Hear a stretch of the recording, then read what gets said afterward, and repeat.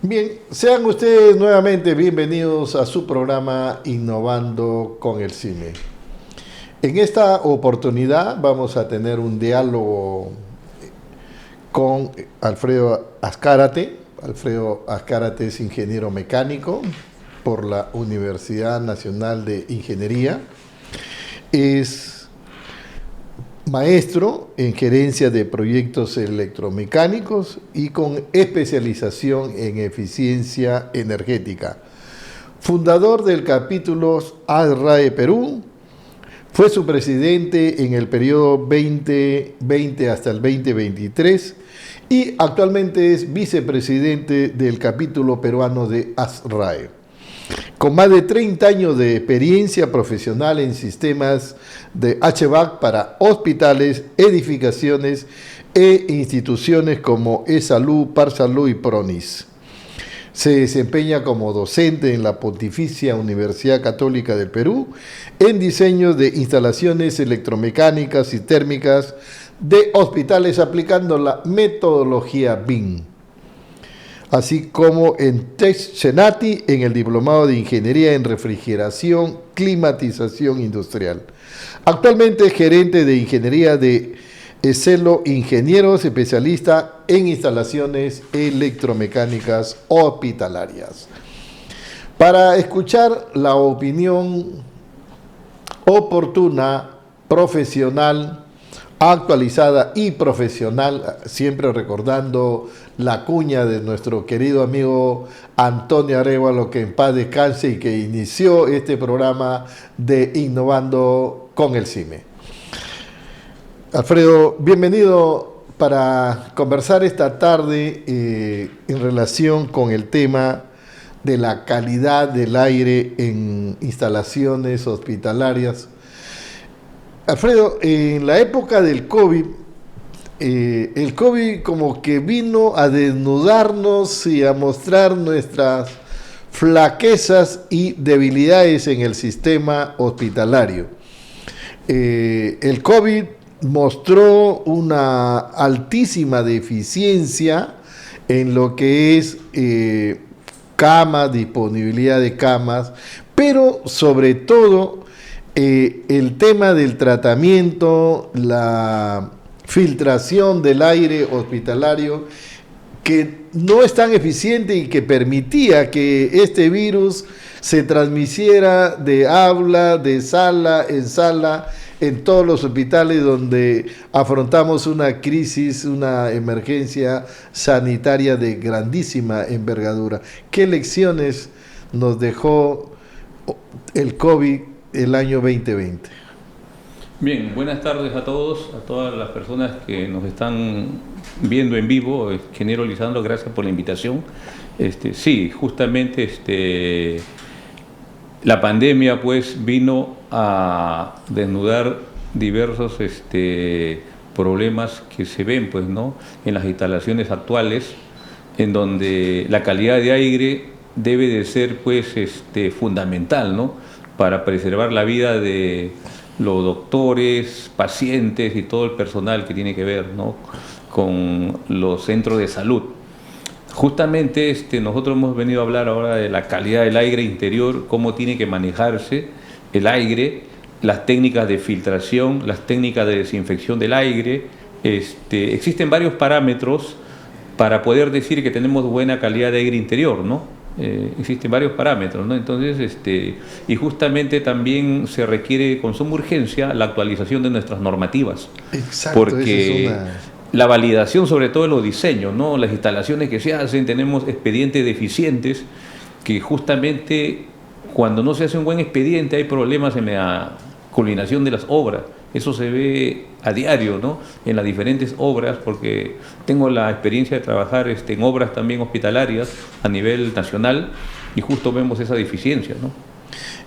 Hoy día estuve visitando la Pontificia Universidad Católica.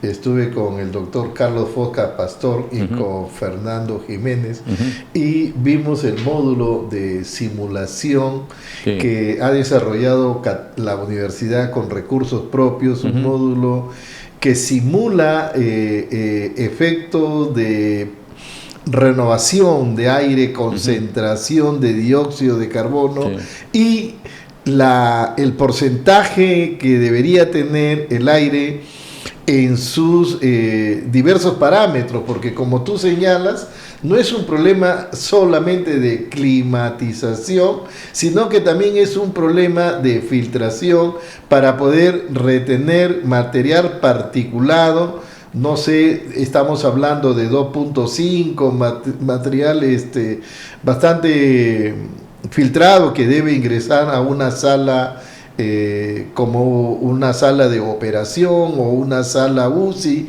o una sala de recuperación de pacientes. O sea, de esos parámetros no solamente hablamos de temperatura, Alfredo. Sí, justamente para hablar de una calidad de aire, los parámetros que tenemos son la temperatura, ¿no? Que está pues indicado en las normas. Tenemos la humedad relativa. Y hay estudios científicos que indican que la humedad relativa debe de estar entre 40 y 60%. Fuera de esos parámetros tenemos problemas de salud, ¿no? Entonces la humedad relativa debe estar dentro de esos parámetros. Tenemos también que tener un buen sistema de filtración, ¿correcto? Y el estándar 170 de ASRAE, que es un estándar exclusivo para diseñar centros médicos, nos da las características, qué nivel de filtración debe de aplicarse en cada uno de los ambientes hospitalarios. Otro de los parámetros son los cambios por hora.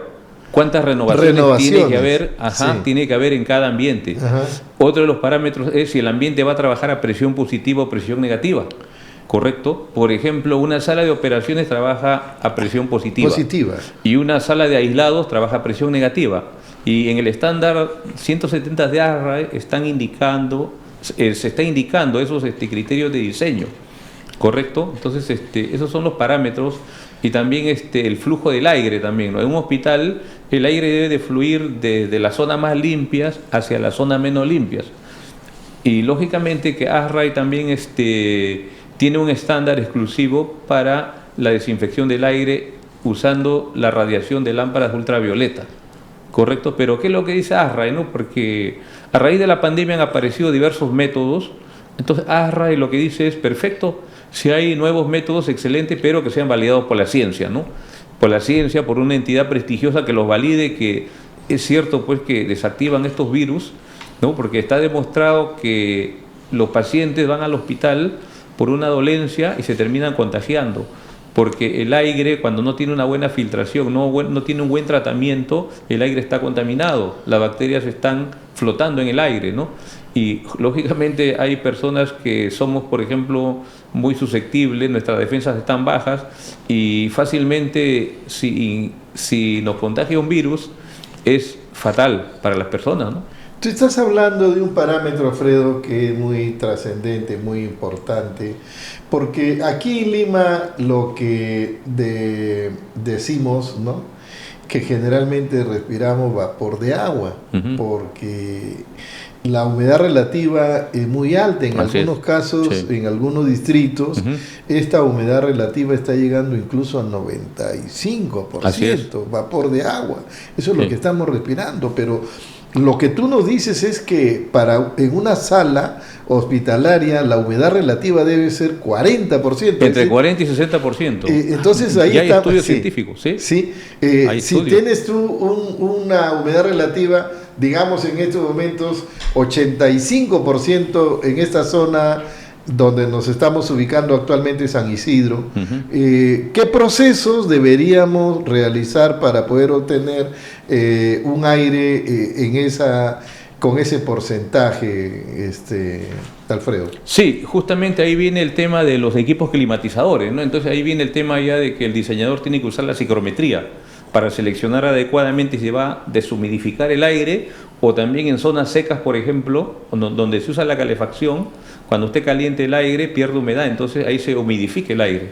Entonces el diseñador ya tiene que aplicar la psicometría y casualmente los equipos, esas unidades manejadoras de aire, unidades de tratamiento de aire, porque le llaman las UTAs, ya vienen diseñadas para cada aplicación, ¿no? Dependiendo en dónde se va a desarrollar el proyecto, si es en la costa, sierra o selva, ¿sí?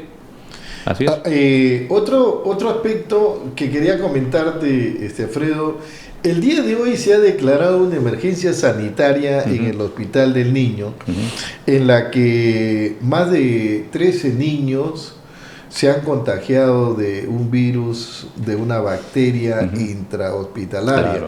Como tú señalaste, recuerdo muy bien un familiar que ingresó porque le olía la garganta, ¿sí? Y fallece por neumonía. Sí, esto es una evidencia del déficit de la calidad de aire en las instalaciones hospitalarias. ¿Cómo prevenir estas deficiencias, Alfredo? ¿Qué estándares de ingeniería o qué parte del reglamento de edificación que aquí en el Colegio de Ingenieros estamos trabajando para poder modificar este reglamento y actualizarlo a los requerimientos de la época, del conocimiento, de la ciencia de este momento? Sí, justamente lo que nosotros siempre he sido invitado a diferentes congresos, ponencias, lo que nosotros siempre pues indicamos es que las normas técnicas de salud tienen que actualizarse, porque las normas técnicas de salud necesitan actualizarse, ¿no? Y aparte de que se actualicen las normas, aparte de que se tienen que actualizar las normas, se tiene que establecer criterios para validar, ¿no?, en las obras cuando se reciba, ¿no?, un trabajo de esta envergadura, ¿no? Correcto, o sea, tiene que haber ya un reglamento de cómo se va a recibir estos trabajos a través de unos protocolos, ¿correcto? Y eso se tiene que trabajar a través de entidades colegiadas como el Colegio de Ingenieros, de la mano con los ministerios, ¿no?, para poder actualizar esas normas, porque esa es una deficiencia que lo tenemos durante años. Ahora, sí. Otro de los términos que nosotros hemos venido evolucionando, cuando nosotros en el año 70, 80, hablábamos de un concepto de aire acondicionado, es decir, acondicionar el aire para tener un ambiente de confort. Claro, ese término de aire acondicionado ha evolucionado a un concepto de climatización. Diferencias, Alfredo, entre acondicionar un aire para tener una temperatura de confort, ¿no?, a una sala climatizada. ¿Nos podrías tú explicar ese concepto, Alfredo, por favor? Sí, claro, durante el transcurso, pues el paso del tiempo, antes se hablaba, ¿no?, de acondicionar el aire. Por ejemplo, el acondicionar también, como estábamos comentando, era la renovación del aire. Pero ¿qué sucede? Tenemos ciudades con un parque automotriz tan deteriorado como que el nuestro, claro, que es un parque chatarra, que los carros emiten gases de escape, sí, que son prácticamente contaminantes, y ese aire que tenemos al exterior está contaminado, y ese aire lo estamos introduciendo como aire de renovación.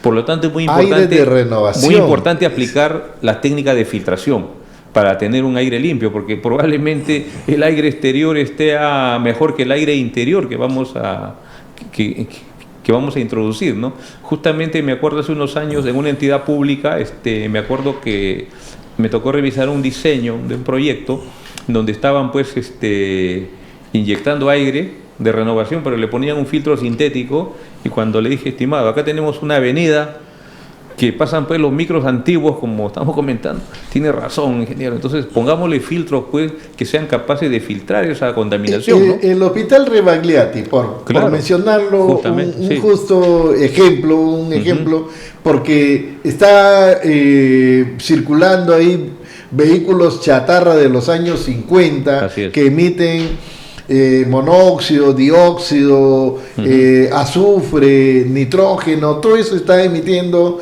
y eso es lo que se introduce a las habitaciones. Así es. Incluso, aquí viene otro concepto que tú explicaste, ¿no?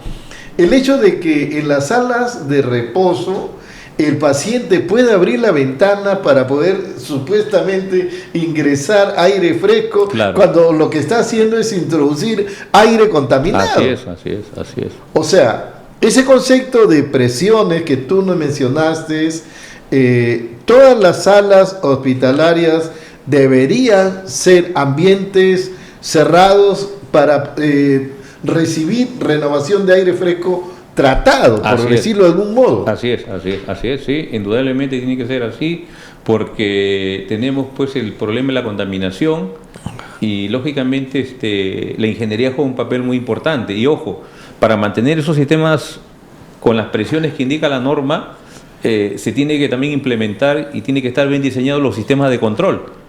¿Y qué ocurre? La Generalmente en los expedientes, generalmente hacen el diseño, el cálculo térmico, hacen el dibujo en AutoCAD, etcétera, etcétera, pero se olvidaron del sistema de control. Y cuando usted va a recibir la obra, dice, no, pero tiene que cumplir con los parámetros. Y el contratista sabe que ya tiene que aplicar el sistema de control, dice, sí, pero eso no está en el presupuesto. Y el sistema de control fácilmente bordea hasta los 30% de todo lo que vale la obra de climatización. Y eso no está pues, en el presupuestado. Y después vienen las controversias, ¿no? Que como eso no está en mi presupuesto, me abandono la obra, me voy porque no está, y vienen las controversias. Ese es el tema también. Otro desarrollo importante que tiene la ingeniería actual es el desarrollo del proyecto en llamémosle la metodología BIM que tú estás aplicando en tus proyectos. La metodología BIM tiene muchos aportes en la ingeniería. Yo les digo a mis alumnos que no sé por qué todavía hay profesores que enseñan dibujo.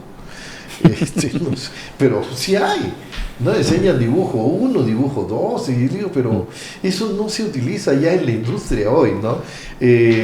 Hacemos el modelamiento, digamos la maqueta, la maqueta, el Revit, el modelo, ¿no? Virtual, y ahí simulamos, como lo he visto hoy en la Universidad Católica, simulamos las renovaciones de aire, las emisiones, la cantidad de personas para poder determinar cuántas renovaciones de aire deba tener.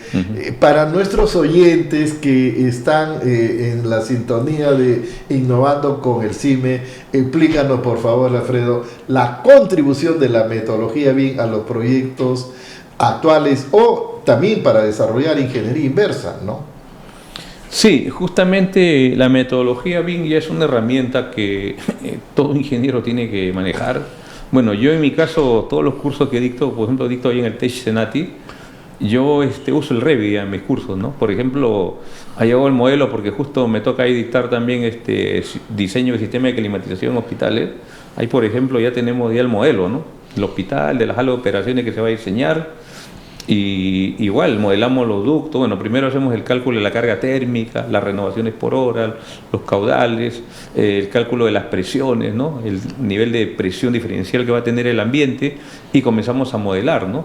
A modelar pues todo el sistema, y eso es muy importante porque ahí nos permite ver en vivo y en directo prácticamente ya de una manera ya más real, ¿no?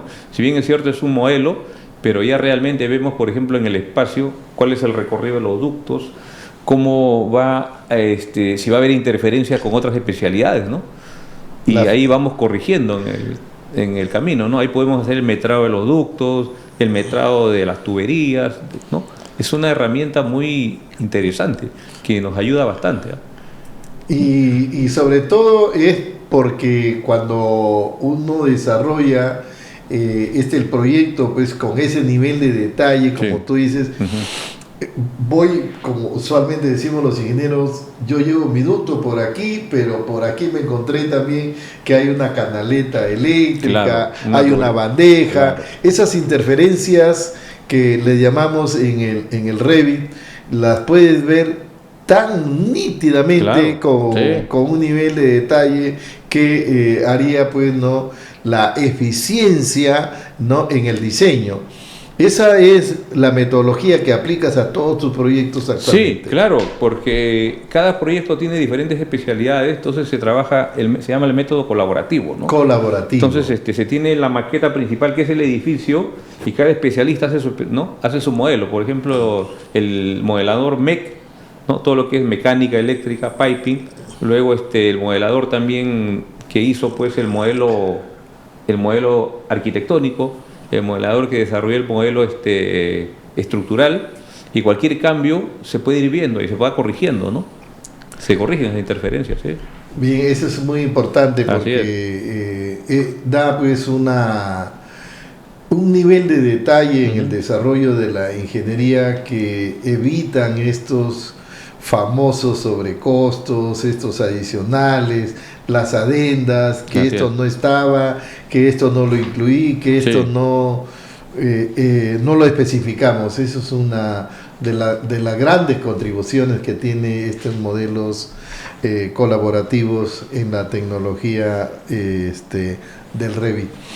Otro de los aspectos que queríamos conversar contigo, Alfredo, es el tema de la sensórica, los sensores que, digamos, nosotros cuando estamos en una sala necesitamos saber el nivel de concentración, el nivel de temperatura, la humedad relativa, la presión incluso, ¿no? Sí, porque claro, cuando nosotros hablamos de presión positiva, esto quiere decir pues que ningún elemento de aire externo a la habitación deba ingresar, así sino por el contrario salir. El aire sale. Entonces, por cualquier hendidura. Ese concepto de presión positiva y la sensórica son muy importantes para que el proyecto pueda realmente tener los resultados que uno busca cuando desarrolla un diseño de esta naturaleza.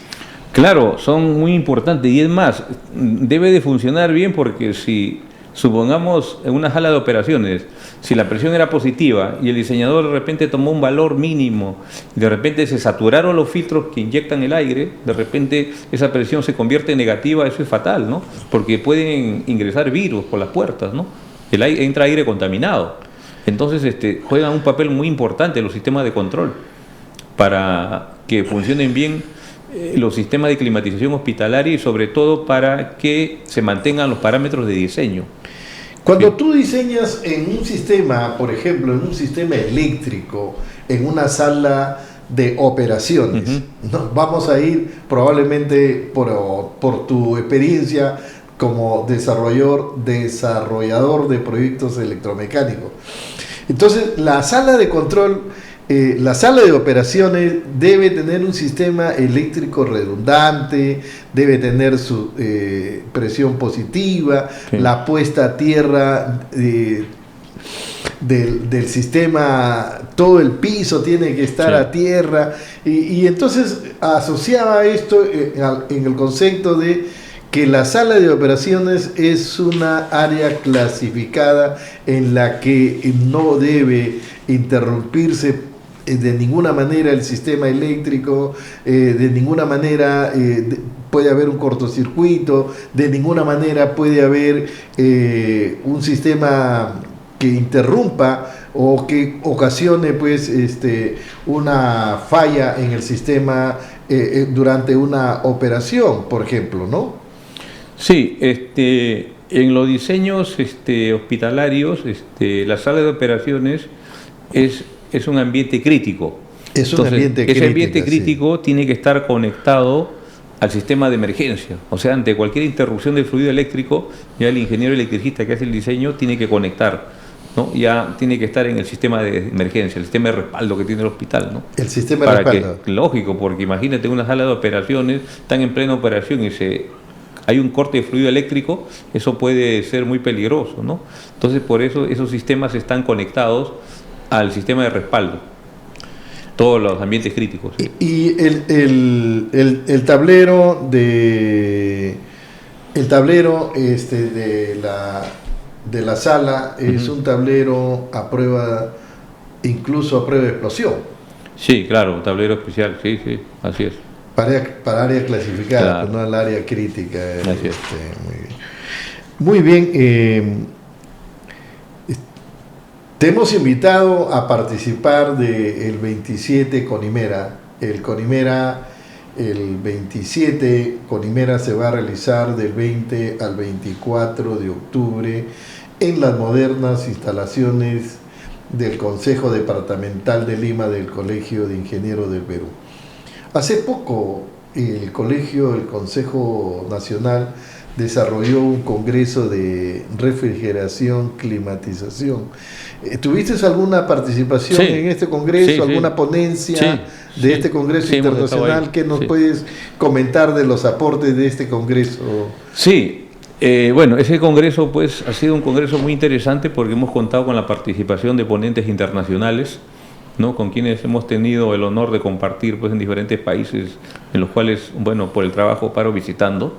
Y sí, charlas muy interesantes, ¿no? Que justo dejaron conclusiones que lógicamente tienen que ver ya con la sostenibilidad. Los diseños también tienen que ver con reducir la huella de carbono y también con la eficiencia energética, ¿no? Porque, ojo, no nos olvidemos que un sistema de aire acondicionado, tanto para un hospital, para un edificio, consume más del 50% de la energía. Entonces tenemos que ser responsables en realizar los diseños, ¿no?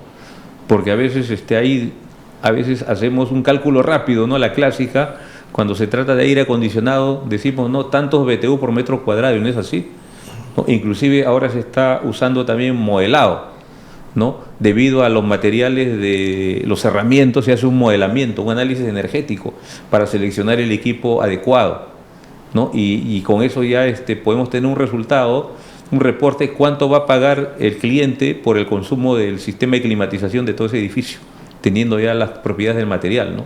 Entonces ya hemos llegado a ese punto, imagínense.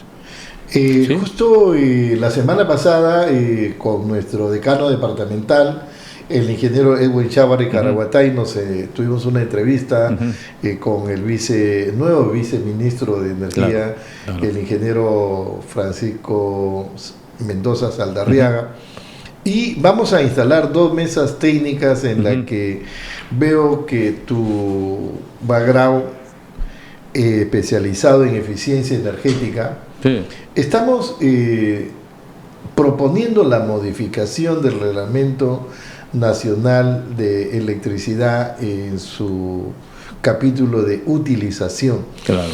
Porque cuando hablamos de eficiencia energética y vemos, por ejemplo, que el calibre del cable prácticamente en todas las instalaciones es un calibre de diámetro o de grosor, como lo conocemos, muy por encima de lo que pueda realmente necesitar de transmitir una sala, porque el reglamento nos dice cuántos lúmenes por metro cuadrado debemos llevar y calculados con una lámpara de vapor de sodio, cuando estamos en la lámpara LED, la iluminación LED, que ilumina 2-3 veces más, pero como es el reglamento y nuestros propios ingenieros ICSE o los delegados municipales, cuando le llevas tú dices, no, esto no cumple con el reglamento, y rechazado el proyecto. Claro. En esa medida, ¿qué aportes para la modificación de este reglamento, que es anticuado, entiendo yo que es del año 2006 utilización? ¿Qué aportes desde el Colegio de Ingenieros podemos llevar para mejorar este reglamento? Sí, sobre todo pensar mucho en la eficiencia energética, ¿no? En ver los temas pues de lo que es porque ojo, no nos olvidemos que el aire acondicionado, la climatización consume más del 50%. Entonces acá hay que darle un análisis especial, ¿no? A estos sistemas, ¿no? Y a estos sistemas, ¿no? La verdad que esto es muy fundamental. Por ejemplo, también he visto que ahí veo no sé si está usted enterado de la famosa beca de Carelet. Sí. Pero está bien, ¿no? Pero yo digo, ¿y por qué no becan a los profesionales que estamos en el HVAC? Si somos los responsables de que se consuma más del 50%.